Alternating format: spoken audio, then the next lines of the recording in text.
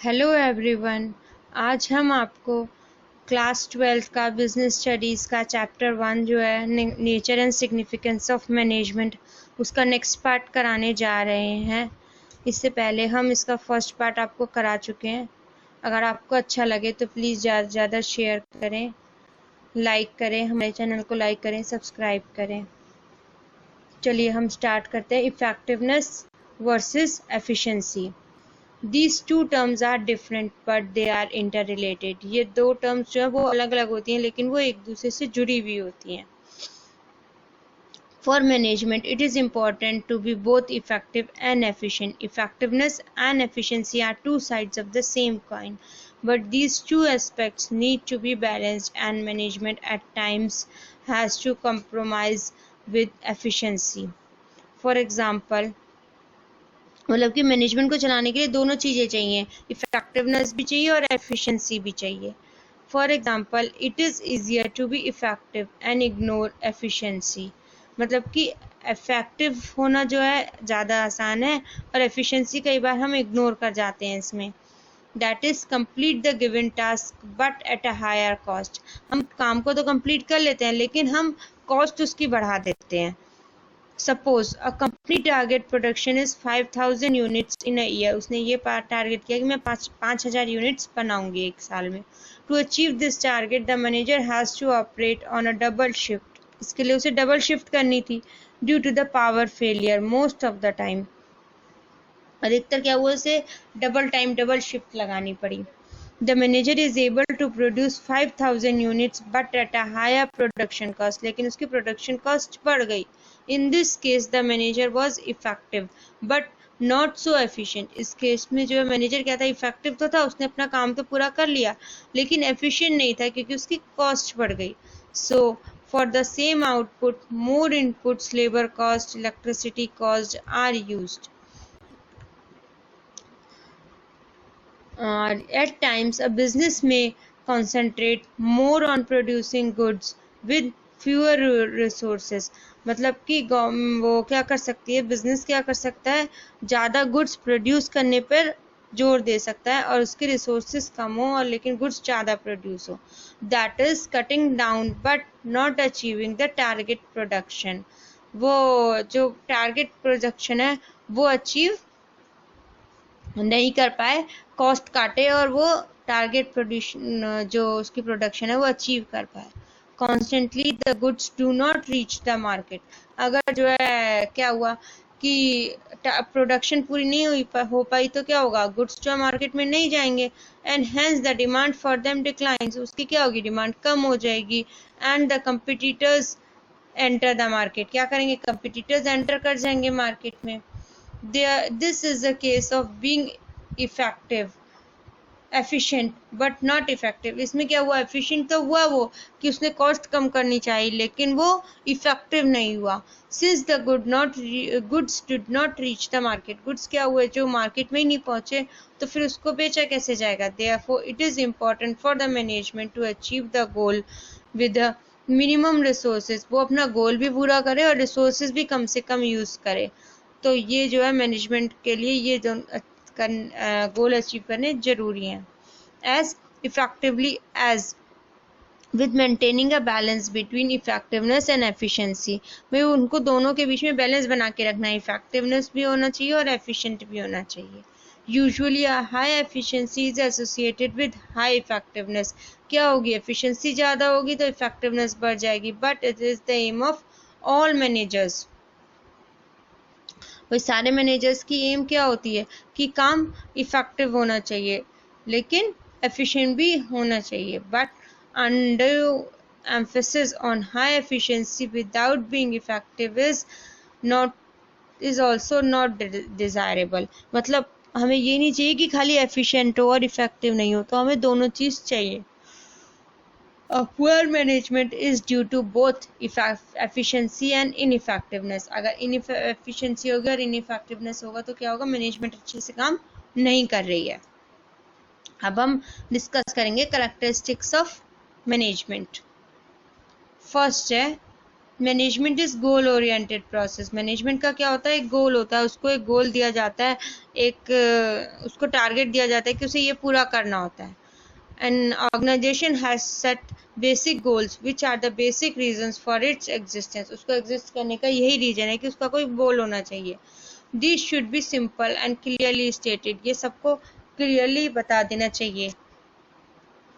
Different organisation have different goals. सभी organisation के अलग अलग अपने अपने गोल्स होते हैं। For example the goal of the retail store may be to increase sale. जो रिटेल स्टोर होगा वो क्या सोचेगा, वो सोचेगा कि मेरे सेल बढ़ जाए। But the goal of the spastic society of the India is to impart education to the children. वो जो सोसाइटी है वो क्या चाहेगी, वो चाहेगी कि वो की एजुकेशन इम्पार्ट करे चिल्ड्रन की विद स्पेशल नीड्स। तो सबका अलग अलग अपना अपना गोल होता है। Management unties the efforts of different individual in the organization towards achieving these goals। Management क्या करती है, सारे एफर्ट्स इंडिविजुअल के एक साथ लेके आती है ये गोल अचीव करने के लिए। नेक्स्ट है management is all pervasive. Management क्या होती है, परवेसिव होती है। Activities involved in managing an enterprise are common to all organizations whether economic, social or political। जो एक्टिविटीज होती है मैनेजर की वो क्या होती है, सभी ऑर्गेनाइजेशन के लिए कॉमन होती है, इकोनॉमिक, सोशल या फिर पॉलिटिकल, सभी ऑर्गेनाइजेशन के लिए। A petrol pump needs to be managed as much as hospital or a school। भाई पेट्रोल पंप को भी उसी तरह मैनेज करना पड़ेगा जैसे हॉस्पिटल और स्कूल को मैनेज करना पड़ेगा। What managers do in India, USA, Germany and Japan is the same।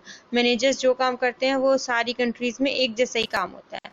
How they do it may be quite different। भाई ये काम कैसे कर रहे हैं ये डिफरेंट हो सकता है, लेकिन काम तो सभी मैनेज करने का ही करते हैं।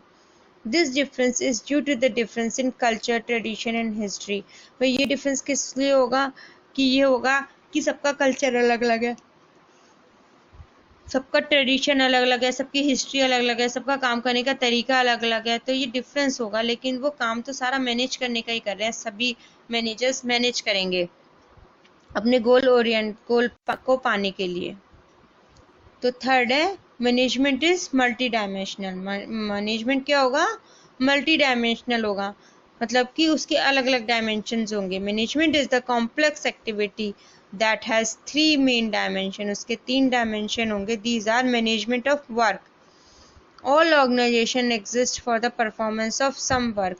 सभी ऑर्गेनाइजेशन जो है वो कैसे एग्जिस्ट करेंगी, कुछ ना कुछ काम करने के लिए, उन्हें कुछ ना कुछ काम चाहिए। In a factory, a product is manufactured. In the garment store, customer need is satisfied। Garment store में क्या होती है, कस्टमर नीड सेटिस्फाई होती है। और in a hospital a patient is treated. Hospital में क्या होता है, पेशेंट का ट्रीटमेंट किया जाता है। Management translate this work in terms of goals to be achieved and assign the means to achieve it.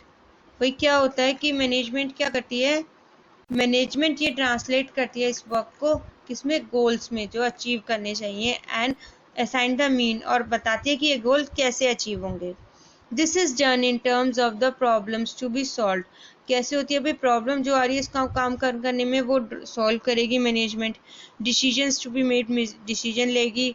And plans to be establish, plan establish करेगी भाई इसको इस गोल को अचीव करने के लिए क्या क्या हम प्लानिंग करेंगे, बजट्स प्रिपेयर करेंगे, कितने हम पैसे लगाएंगे इसमें। And responsibilities to be assign, और रिस्पॉन्सिबिलिटी देगी हर एक पर्सन को मैनेजमेंट में कि सबको की अलग अलग रिस्पॉन्सिबिलिटी देगी। And authority to be delegated, responsibility और अथॉरिटी देगी नीचे वाले मेंबर्स को, भाई तुम्हें ये काम इससे करवाना है। तो ये सब काम मैनेजमेंट करती है। Management of people, human resources और people are the organisational greatest asset. क्या होते हैं एसेट कि भाई जो लोग होते हैं वही तो काम कराएंगे, वही मैनेज करेंगे। Despite all development in technology, getting work done through people is still a major task for the manager. ये जो है एक बड़ा टास्क है मैनेजर के लिए। Managing people has 2 dimensions, 2 dimension होती हैं। First, it implies dealing with employees as individuals with diverse needs and behavior। इसका काम क्या होता है, it implies A dealing with employees, कि वो एम्प्लॉयज से डील करना एज ए इंडिविजुअल, सबकी बातें अलग अलग सुनना, विद सबकी नीड्स अलग होती हैं, सबका बिहेवियर अलग होता है, तो सब क्या करते हैं, मैनेजमेंट जो है उन सबकी बातें सुनती है, उनकी प्रॉब्लम सॉल्व करती है। It also means dealing with the individual as a group of people, वो क्या करती है, इंडिविजुअल्स को as a group of people भी, बहुत सारे पीपल एक साथ इकट्ठे होकर भी अपनी बात कहते हैं, तो ये as a group of people भी डील करती है। The task of management is to make people work towards achieving the organizational goal. तो उसका मैनेजमेंट का काम क्या है कि लोग जो है काम करेंगे कुछ गोल्स को अचीव करने के लिए, by making their strengths effective and their weakness irrelevant. नहीं, वो क्या करेंगे, अपनी स्ट्रेंथ जो होती है ना, वो जो अपनी जो जो मजबूत चीजें हैं उसको इफेक्टिव करेंगे जिससे काम हो, और वीकनेस को क्या करेंगे, जो कमजोरियां हैं उसकी मैनेजमेंट की, वो सब कम करेंगे और उसकी स्ट्रेंथ जो है वो बढ़ाएंगे। मैनेजमेंट ऑफ ऑपरेशंस, भाई ऑपरेशंस, मैनेजमेंट ऑपरेशन क्या होता है, no matter what the organisation क्या काम कर रही है ये मैटर नहीं करता, it has some basic product और services to provide in order to survive, उसके पास कुछ प्रोडक्ट और कुछ सर्विसेज होनी चाहिए जीने के लिए, सर्वाइव करने के लिए। This requires a production process, इसके लिए क्या चाहिए, प्रोडक्शन प्रोसेस चाहिए, प्रोसेस चाहिए जो चलेगा, which entails the flow of input of material, भाई इनपुट जाएगा उसमें ऑर्गेनाइजेशन में, and the technology for transforming this input into desired output, और एक टेक्नोलॉजी चाहिए, भाई ये काम कैसे होगा, वो इनपुट जो है वो आउटपुट में कैसे कन्वर्ट होगा, उसके लिए क्या टेक्नोलॉजी यूज किए जाए जिससे जो है हम वो प्रोडक्ट बना पाए।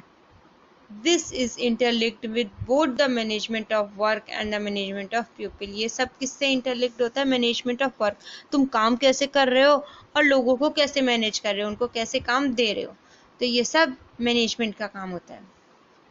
नेक्स्ट है management is a continuous process, management एक लगातार कॉन्टिन्यूस होने वाला प्रोसेस है।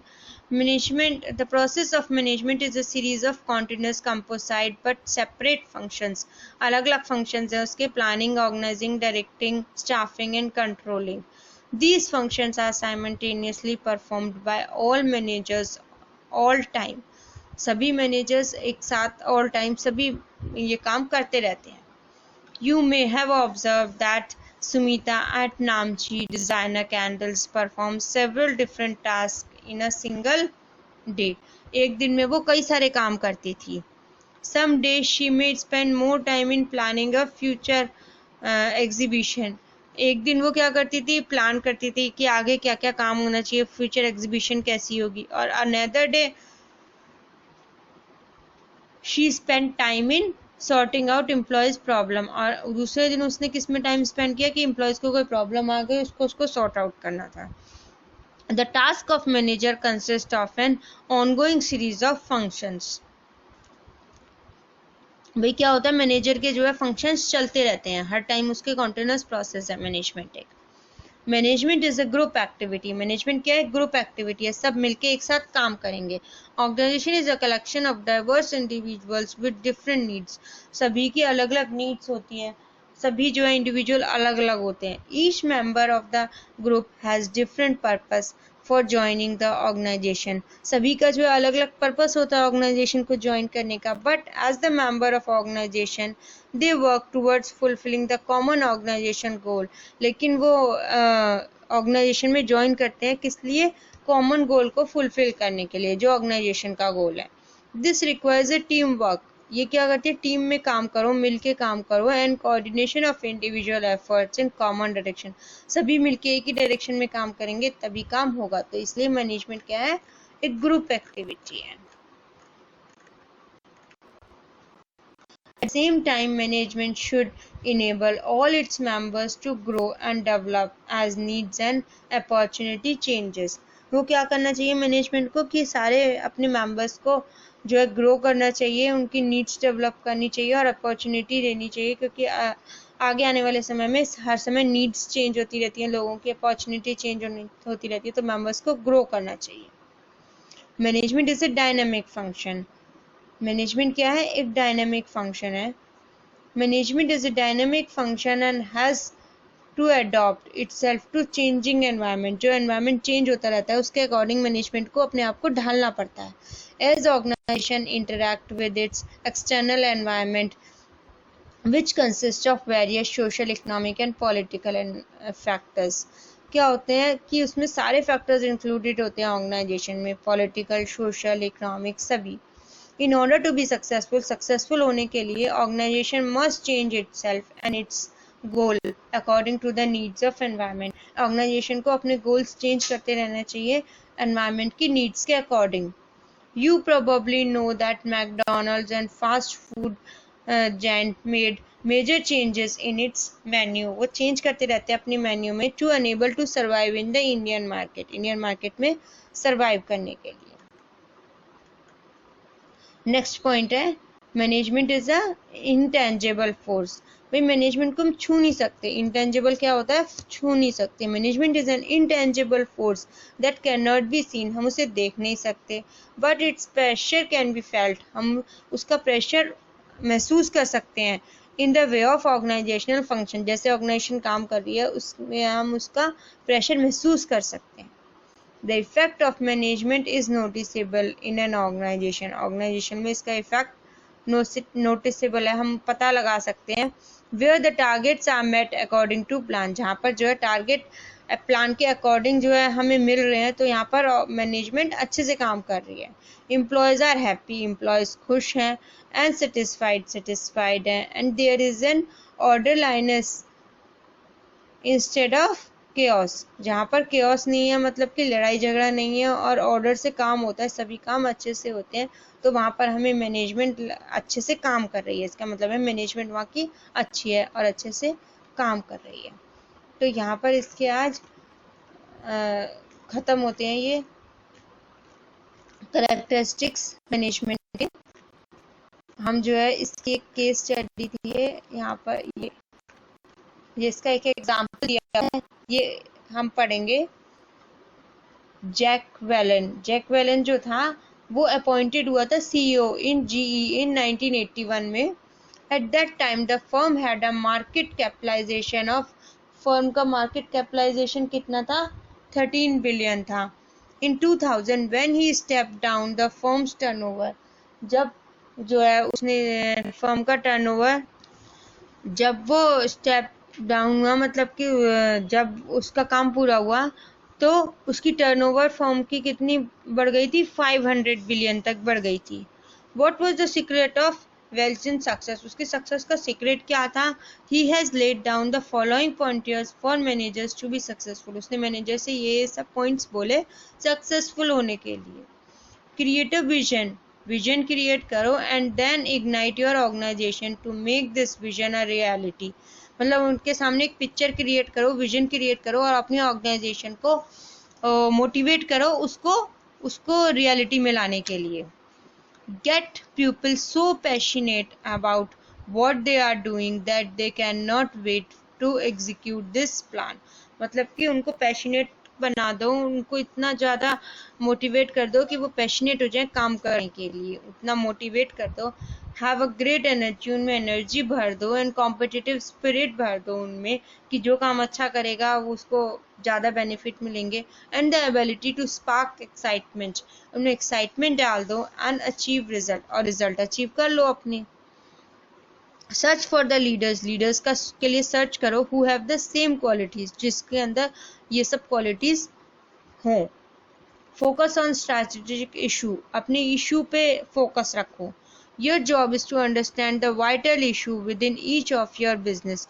भाई इशू जो तुम्हें काम करना है उस पर तुम्हारा हमेशा फोकस होना चाहिए।